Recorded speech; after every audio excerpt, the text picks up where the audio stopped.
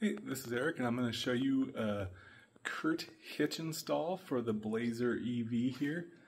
And this is a fairly inexpensive hitch that you can buy from various places, either like online, like eTrailer, and the whole install will cost around $350 if you do it yourself. And it's a medium difficulty install. So it involves taking off an under panel cover and fishing some bolts through some holes on the inside. And it probably take, the first time you do it, probably 2 hours if you're reasonably handy. It might take longer if you haven't done this type of thing before. Or if you're good at doing it, you could probably do it within an hour. So what you'll need to do this is you'll need the hitch, the wiring harness, a receiver, 2-inch receiver, and a hitch ball for that receiver. And the tools you'll need a torque wrench that can go to 90 foot-pounds, a 19mm deep well socket, a 6-inch extension for your torque wrench, and you also need like a power screwdriver or impact, small impact driver that can handle just like a screwdriver for a 7mm socket, and you can use that to quickly take off the little nut bolts on the skid plate. There's 16 of them, and they have a lot of threads, so you don't want to do that by hand. So with that, I'll go ahead and get you started. And this hitch is a 3,500-pound rated hitch with 350-pound ton rating. Step 1 is to remove 16 of the bolts holding the plastic under shield on. They are 7mm, but 9/32 also works if you happen to have one. Use a power drill, there's a lot of them. So I left one here partially out. The two that are kind of tricky to see here, there are two in these little holes here. And then after you get all the screws, get the two plastic snaps here, 1 and 2, and use a trim tool to do those. So here's the one.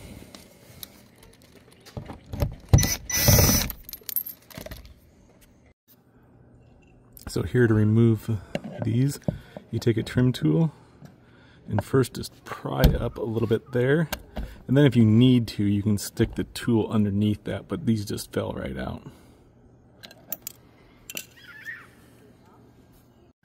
With those two trim pieces removed, trim holders removed, this just falls right down, so there's nothing holding it up. It's easy to remove.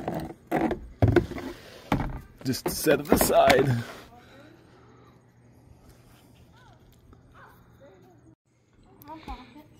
Okay, quick overview of the instructions is you end up having to enlarge a hole here and fish. You have to fish the mounting nuts up through that hole over into the mounting holes. So if you look underneath, these two smaller holes are the mounting holes, and this is where you have to fish the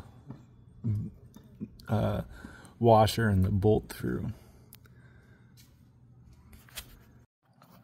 The next step is with goggles. You need to, and safety goggles and hearing protection, you want to use a Dremel tool, or you could use a file too, but you need to enlarge these holes. You don't need to enlarge it much. I just put a little bit of a grind here, and all it needs to be is enough so you can get this bolt up in there. The hole is just slightly too small for it. So you just need to be able to get that bolt up in that hole so you can fish it through. So in order to do this fishing, you just need to run the fishing wire through this plate.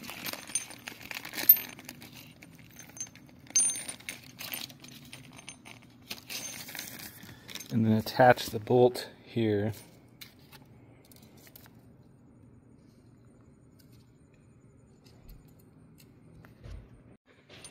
you attach the bolt just by threading it into the spring. The spring is the right size for the threads. So then we'll push that up through the large hole, followed by the nut, the washer, and then the nut, or the bolt, I mean.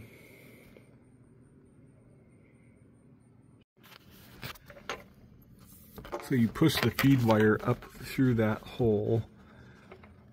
You push the washer first and then push the bolt afterwards, and then you pull the fishing wire through carefully, and you notice the bolt fell into position there and went through the washer plate. So that's one's there. You have 4 fishing wires, one for each bolt, because you want to leave these on until you get the bumper in position.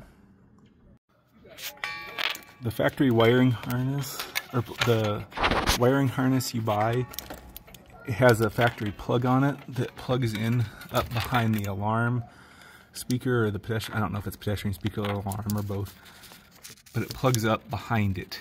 There's a plug there that'll fit right in. Mine was open. Some of them might have a little stopper in it to protect the pins. And if you want to see, it's about 8 inches from the screws there, the bolts, towards the tire. And this is the back. Once you get the nuts or the bolts and washers fished through, you can lift the bumper up. I have it propped up on something that can support it. Having a friend help here would be ideal. And then I fed the wires through the holes, and then I just put the back bolt, the bolt towards the front of the car. I put the nut on lightly. I just went all the way, so that it's flush with the end of the bolt. And that's just to hold the bumper in place here. I'm going to go do the same thing on the other side. And in order to put the nut on, you obviously have to take the fishing wire off.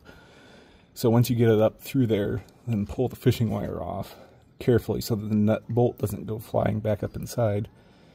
And then just thread the nut on. Also, when you're doing this, the hitch will end up outside the bumper cover, but it needs to be inside. So I pulled the bumper cover over the edge of the hitch there. And I'm going to cut this in a minute, but I didn't know exactly where to cut it, so I wanted the hitch in position so I could line it up and then cut where it needs to go.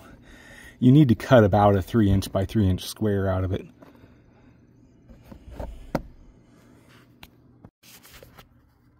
Finally, there's these metal tabs that, remember those plastic snaps that went in? I think these need to be bent out of the way or cut off. I bent this one down, but see, they're right where the bumper hits. Let's see if I can get a better shot of that one. But anyway,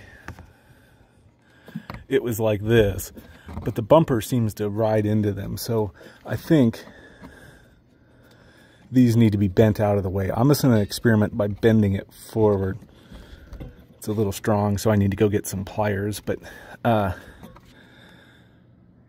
the bumper isn't quite long enough to fit behind them in my experience. I don't think they're super critical to the attachment of that plastic panel either. Cicadas just started, so it's really noisy now. But now that I got that in position, I have one bolt on either side loosely attached. I can easily mark and cut my bumper cover now. I'm just using tin snips. And the whole problem, I saw a negative review where this doesn't fit right. And I think what it is it's those 2 brackets, which I bent out of the way or cut off using the tin snips. And there's a metal flange there too. So before I swing this up, I need to take a pry bar and bend that metal flange towards the front of the vehicle so that this can clear that.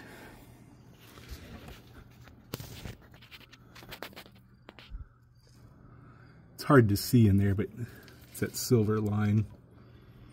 And it's just a soft sheet metal, it'll bend really easy. I snipped out an area in the bumper about the size of that bracket, so that should clear there. Now I'm hitting on that flange that I told you about, so I need to figure out how to get past that. Okay, sure enough, you don't have to cut that tab off. Let me get on the light here. But you might have to bend it out of the way. So basically, you just need to pry this whole flange towards the front of the car.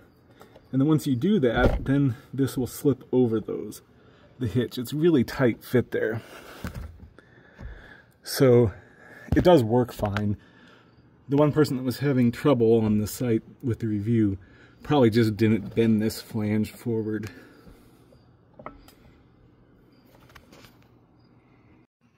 Once you get the hitch on, make sure you feed your wire through somewhere that you can easily get to it. You can kind of do that wherever, and you can secure it up however you want, probably a zip tie or something, or a rubber band. And then you also need to make sure you torque down all the nuts. So the 4 nuts need to be torqued to 90 foot-pounds in my directions anyway. And so you'll need a torque wrench, a 19mm socket for my hardware, and probably a 6-inch extension. That socket should be a deep well socket too. Hold the plastic skid plate up. You might put a couple screws in and then mark it and cut it around the hitch. You can kind of see where it fits there.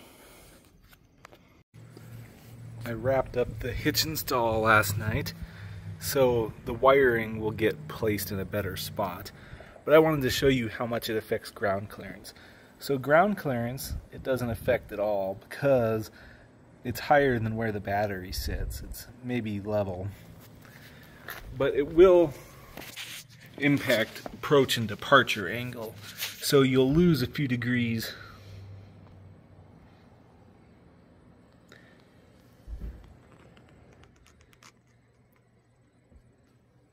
You'll lose a few degrees of departure angle. But like I said, the actual ground clearance is the same because it dips down as it goes towards the battery.